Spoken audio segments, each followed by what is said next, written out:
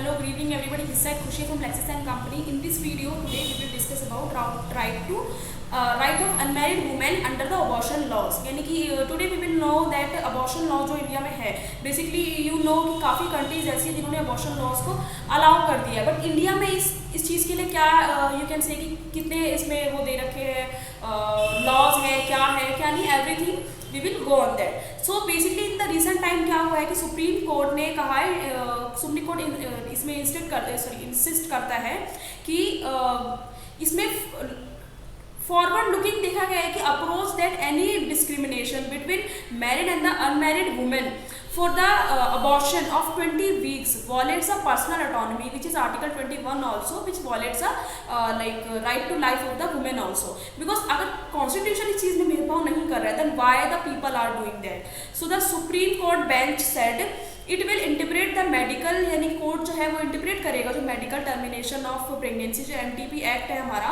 उसको वो कंसिडर करेगा एंड इट स्टेट इसमें जो रूल होगा उसको हटाया जाएगा. Basically the rule is to see the unmarried women could be allowed to for the abortion for the 24 weeks. Okay, so इसमें जो कहा गया था कि 24 वीक्स को जो प्रेगनेंसी है जो मतलब उसमें जो अलाउड करना एक लेडी को.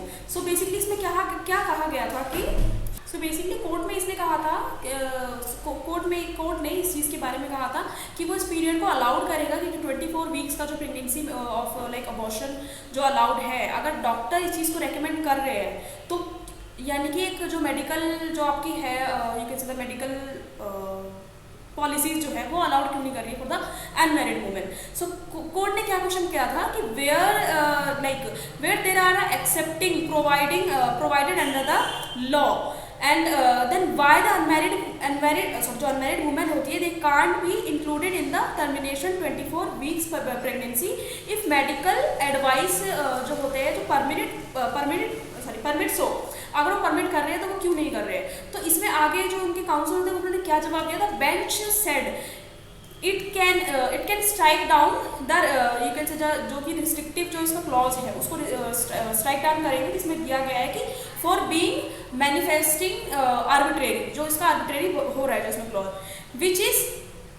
विच इन टर्न वुड जो भी इसमें जो अलाउड किया जाएगा for the benefit for the terminating the pregnancy above 24 weeks to the unmarried women also. So basically इसमें क्या कहा गया था कि जो अनमैरिड वुमेन होगी उनको भी अलाउड किया जाएगा कि अगर 20 वीक से अगर उनको ऊपर हो गया so that they can allow for the abortion laws. Basically abortion के लिए वो जा सकती है. So this is not discriminatory on the part of the they are married or not married. So it will allow to all the women of the India. Thanks for watching this video. This is end of this video.